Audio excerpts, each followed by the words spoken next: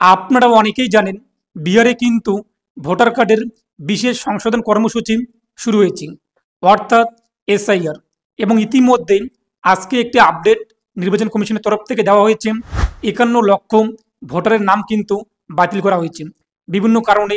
কারো মৃত্যু হয়েছে, কারো বুথ এক কথা পরিবর্তন করেছে, অনেকে আবার রয়েছে কিন্তু একজন ব্যক্তি একাধিক ভোটার কার্ড তৈরি করেছে। এরকম নানান কারণে কিন্তু প্রায় 51 লক্ষ নাম ভোটার তালিকা থেকে বাতিল করা হয়েছে। এবং আজকে কিন্তু ওয়েস্ট বেঙ্গলে 2002 ভোটার যে লিস্ট রয়েছে তা প্রকাশিত হয়েছে।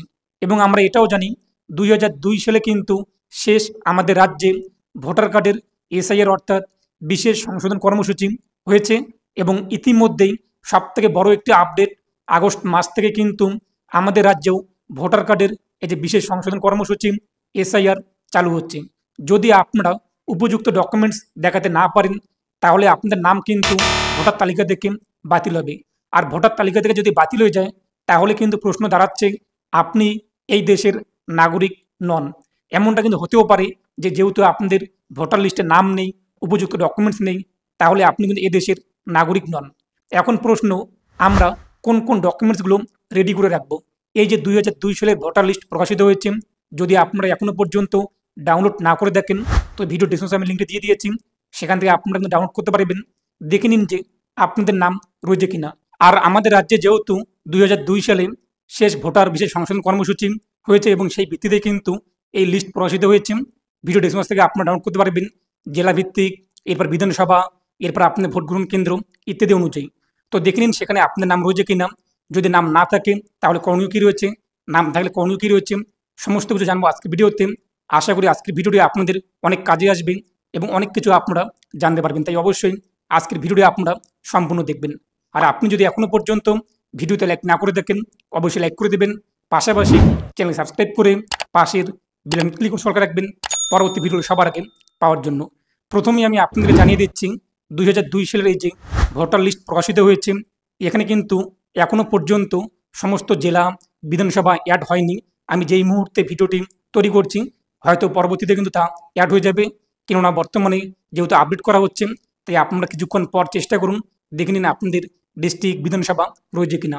যদি না থাকে তো আপনি আজকে কিংবা আগামীকাল এবার ট্রাই করুন, অবশ্যই কিন্তু নাম চলে আসবে আপনার জেলা এবং বিধানসভার। আর আপনাদের নাম যদি 2002 সালের এই ভোটার লিস্টে থাকে তাহলে আপনারা কোনো রকম টেনশন করার কোনো কিছু বিষয় নেই। 2002 সালের ভোটার লিস্টে যাদের যাদের নাম রয়েছে তাদের কিন্তু কোনো রকম ডকুমেন্টস জমা করতে হবে না।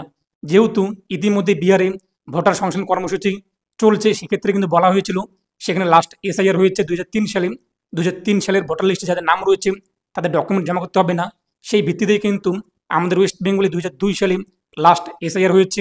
সেক্ষেত্রে যাদের যাদের নাম এই ভোটার লিস্টে রয়েছে তাদের কিন্তু ডকুমেন্টস জমা করতে হবে না। আর এখন প্রশ্ন, আপনাদের নাম যদি 2002 সালের ভোটার লিস্টে না থাকে তাহলে কোন কোন ডকুমেন্টসগুলো আপনাদের রেডি করে রাখতে হবে? ইতিমধ্যেই 11টি কিন্তু ডকুমেন্টসের কথা বলা হয়েছে। এই 11টি ডকুমেন্টসের মধ্যে আপনাদের কাছে যদি একটি মতো ডকুমেন্টস থাকে তবুও আপনারা কিন্তু ভোটার তালিকায় নাম তুলতে পারবেন। এবং আমরা প্রত্যেকেই জানি আগামী বছর আমাদের রাজ্যে কিন্তু নির্বাচন রয়েছে এবং তার আগেই বিভিন্ন সংবাদ মাধ্যম এবং বিভিন্ন সূত্রে জানা যাচ্ছে আগস্ট মাস থেকেই কিন্তু আমাদের রাজ্যে এই ভোটার সংশোধন কর্মসূচি শুরু হবে।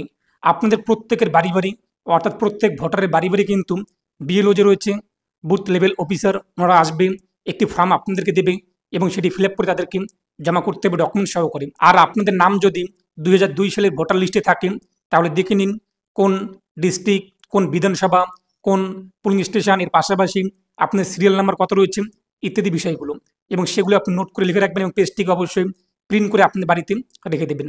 এখন মূল বিষয়ে আমরা আসি। আমাদের নাম 2002 সালের ভোটার লিস্টে নেই, যেহেতু আমার নামই কিন্তু সেখানে থাকবে না, কেন না 2002 সালে আমার ভোট হয়নি। এখন আমাদের কোন কোন ডকুমেন্টসগুলো রেডি করে রাখতে হবে? যাদের বার্থ সার্টিফিকেট নেই, পাসপোর্ট নেই, স্কুলে অ্যাডমিশন হয়নি, তাদের কি করণীয়, তারা কি করবে, এ নিয়ে আমরা এখন আলোচনা করছি।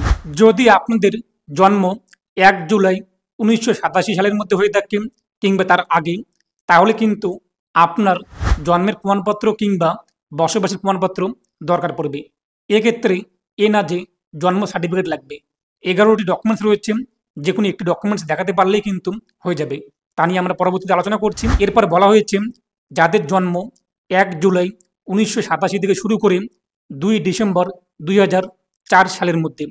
1 জুলাই 1987 থেকে শুরু করে 2 ডিসেম্বর 2004 সালের মধ্যে তাদের কিন্তু জন্মের প্রমাণপত্র কিংবা বসবাসের প্রমাণপত্র যে কোনো একটি নথি, এর পাশাপাশি বাবা এবং মা এই দুজন ব্যক্তির মধ্যে যে কোনো একজন ব্যক্তির হয় জন্মের প্রমাণপত্র কিংবা বসবাসের প্রমাণপত্র যে কোনো একটি নথি কিন্তু আপনাদের লাগবে। যাদের জন্ম 2 ডিসেম্বর 2004 সালের পরে তাদের নিজস্ব জন্মের কিংবা বসবাসের প্রমাণপত্র, এর পাশাপাশি বাবার জন্মের কিংবা বসবাসের প্রমাণপত্র, এর পাশাপাশি মায়ের জন্মের কিংবা বসবাসের প্রমাণপত্র কিন্তু লাগবে। এক্ষেত্রেও 11টি নথি রয়েছে, তার মধ্যে যে কোনো একটি থাকলেই কিন্তু হয়ে যাবে। এখন প্রশ্ন, আপনার বাবার নাম এই যে 2002 সালের ভোটার লিস্ট এখানে রয়েছে, তাহলে ডকুমেন্টস কী লাগবে? এক্ষেত্রে ডকুমেন্টস শুধুমাত্র আপনার জন্মের প্রমাণপত্র কিংবা বসবাসের প্রমাণপত্র, এর পাশাপাশি আপনি আপনার বাবা কিংবা মায়ের প্রমাণস্বরূপ কিন্তু এই যে 2002 সালের ভোটার লিস্টে নাম রয়েছে তা কিন্তু উল্লেখ করতে পারবেন। এবং যাদের এখন এই লিস্টে নাম নেই, সেক্ষেত্রে আমরা কী করব, আমাদের কোন কোন ডকুমেন্টসগুলো রাখতে হবে এখানে দেখতেই পাচ্ছেন বলা হয়েছে 11টি ডকুমেন্টস। প্রথমত রয়েছে যে কোনো পরিচয়পত্র অথবা পেনশনের কাগজ, রাজ্য সরকার কিংবা কেন্দ্রীয় সরকার বা রাষ্ট্রায়ত্ত সংস্থার কর্মী হলে পেনশনের নথি দিলেই কিন্তু হয়ে যাবে। আর আপনাদের কাছে যদি এই ডকুমেন্টসটি না থাকে, তাহলে আপনি দ্বিতীয় ডকুমেন্টসটি দেখতে পারেন।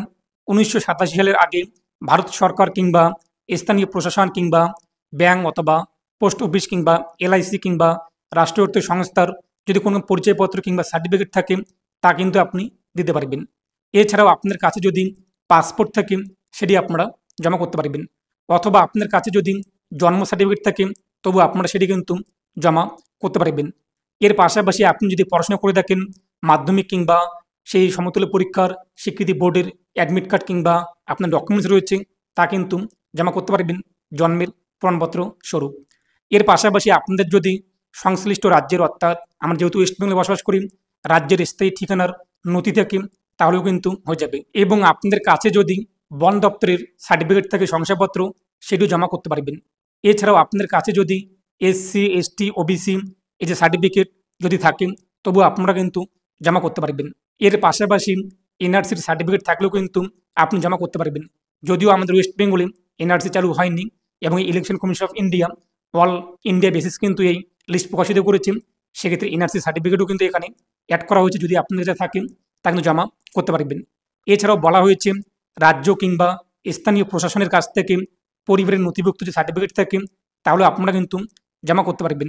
এছাড়াও আপনার কাছে যদি জমি কিংবা বাড়ির কোন কোন সরকারি নথি থাকে তবুও আপনারা কিন্তু জমা করতে পারবেন। এছাড়াও আরেকটি অপশন এখানে অ্যাড হয়েছে, 2002 সালের ভোটার তালিকায় যদি নাম থাকে সেই নামের যে প্রতিলিপি এই একটা পেজে আপনার নাম রয়েছে, সেই পেজটিকে জেরক্স করে আপনি হাইলাইট করে সেটি কিন্তু জমা করতে পারবেন। আশা করি বুঝতেই পেরেছেন। এই ছিল আজকের আপডেট। আরেকটি বিষয় আমি আপনাদেরকে জানিয়ে দিচ্ছি, অনেকে রয়েছে মাধ্যমিক পাস করেনি কিন্তু শিক্ষা প্রতিষ্ঠানে অ্যাডমিশন হয়েছে, যে স্কুল কিংবা কলেজে আপনারা ভর্তি হয়েছেন সেখান থেকে আপনার স্কুল লিভিং সার্টিফিকেট কিংবা ক্যারেক্টার সার্টিফিকেট সংগ্রহ করবেন। সেখানে আপনি ডেট অফ বার্থ ইত্যাদি উল্লেখ করা থাকে, সেটি জমা করলেও কিন্তু হয়ে যাবে। অনেক বয়স্ক ব্যক্তি রয়েছে যারা প্রাইমারি স্কুলে অ্যাডমিশন নিয়েছে, ক্লাস 1 পর্যন্ত পড়াশোনা করার পর বাদ দিয়েছে, তো আপনারা আপনি সেই পুরাতন স্কুলে যোগাযোগ করুন, সেখান থেকে হেডমাস্টার কিংবা ম্যামের কাছ থেকে আপনারা সার্টিফিকেট সংগ্রহ করুন, সেটি জমা দিলেও কিন্তু হয়ে যাবে। তো এই ছিল আজকের আপডেট। এ নিয়ে আপনাদের মতামত কমেন্টে পেশ করবেন। পরবর্তী ভিডিওতে আপনার সাথে দেখা হচ্ছে, সেই পর্যন্ত আপনারা প্রত্যেকেই ভালো থাকুন, সুস্থ থাকুন। আর অবশ্যই ভিডিওটি প্রত্যেককে শেয়ার করে জানিয়ে দেবেন।